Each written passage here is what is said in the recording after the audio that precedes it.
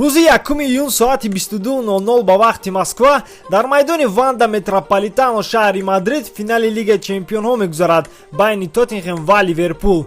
Ҳамада салом дӯстон, шумо қарор доред дар канали Фут бародарон бо шумо имрӯз Муҳаммад Гайров.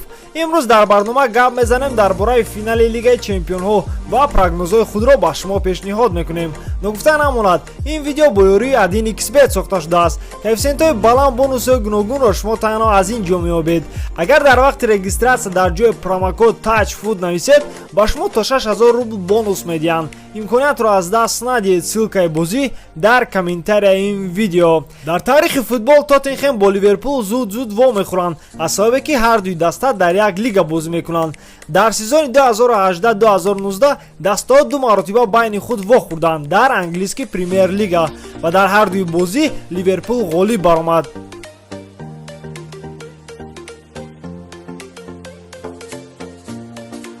Тоттенхем ҳунарнамоии худро аз стадияи гурӯҳӣ сар карда ва дар ин муддат ҳамаи корро кард ки дар охир дар Мадрид бошад. Дар ин турнир дастаи Маурисио Почеттино бо инчунин дастаҳо во хӯрд: Барселона, Интер, Боруссия Дортмунд, Манчестер Сити ва Аякс. Бо ҳамаи ин рақибон Тоттенхем бо боварӣ бозӣ кард. Бозигарони ин даста ба майдон баромада кори худро хуб иҷро намуданд. Ин дастаи беҳамтост. Маурисио Почеттино тренери олиҷаноб мебошад. Ӯ метавонад бозигарони худро мотиватсия дода ва дар охир ғолиб бароянд.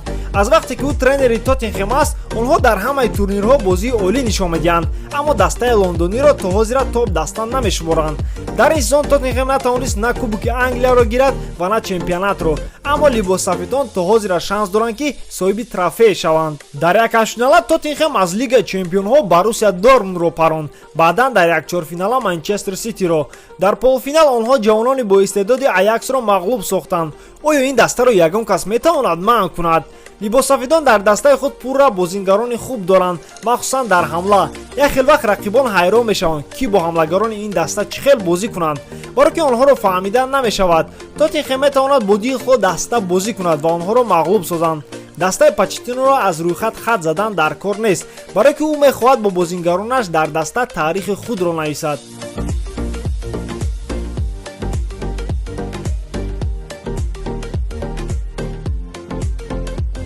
дар муқоиса бо Тоттенхем Ливерпул аз аввали стадияи гурӯҳӣ довталаби ин турнир дониста мешуд. Дар сезони пештара дастаи Юрген Клоп дар финал мағлуб шуд аз Реал Мадрид, аммо ҳозир бошад ӯ мехоҳад шанси худро 100% истифода барад ки ғолиби ин турнир шавад. Онҳо охирон маротиба соли 2005 ғолиби ин турнир шуда буданд дар мӯъҷизаи Истанбулӣ. дар бозиҳои Лигаи Чемпионҳои соли 2018-19 Ливерпул ҳамавақт рақиби сахт дошт. Дар стадияи гурӯҳӣ онҳо бозӣ карданд бо ПСЖ ва Наполи. дар плей-офф Ливерпул ба Бавария, Порту ва Барселона ғолиб баромад. мехоҳам бозиҳои полуфиналиро ҷудогона гап занам ки мерсайдҳо бо Барселона рақобат бастанд. дар камнов онҳо бо ҳисоби 3-0 мағлуб шуданд, аммо дар Энфилд бозингарони Юрген Клоп тавонистанд боз як мӯъҷизаи дигар нишон диҳанд. онҳо бо ҳисоби 4-0 ба Барселона ғолиб баромаданд ва ин бозӣ яке аз кембекҳои беҳтарин дар таърихи футбол дониста шуд. ин ногуфтанист. либосурхон бе лидерони худ Салаҳ ва Фирмино тавонистанд Месси ва ҳамдастагонашро титипора кунанд.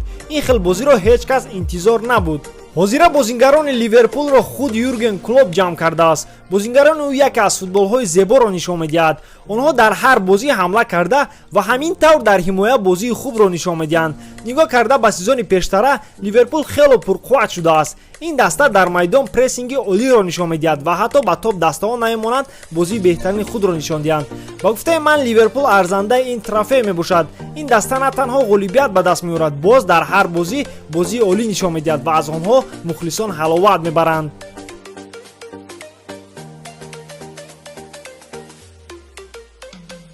ки сахттар аст, Тоттенхем ё Ливерпул? букмекери AdinXBet дар ин бозӣ Ливерпулро довталаби асосӣ меҳисобад. ба ғолибияти Ливерпул коэффициенти 1.87 медиҳад, ба ғолибияти Тоттенхем бошад 4.54, барои мусовии 3.78. агар бозингарони ҳар дуи дастаро муқоиса кунем, то бозингарони Ливерпул сахттаранд, инро ҳама медонанд, аммо бояд аз Тоттенхем дар ҳаяҷон бошем, баро ки ин даста дар ин сезон моро чанд маротиба дар ҳайрат гузошт ва онҳо дар финал чӣ хел бозӣ мекунанд ҳоло маълум нест.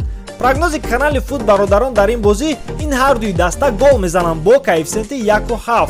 дӯстон, ба ҳамин видео тамом. шумо киро дар ин бозӣ дастгирӣ мекунед? Ливерпул ё ин ки Тоттенхем? фикртона ҳатман дар таги комментария ин видео нависед ва аз ёд набарорем подписатсияро агар то ҳол ин корро накарда бошед.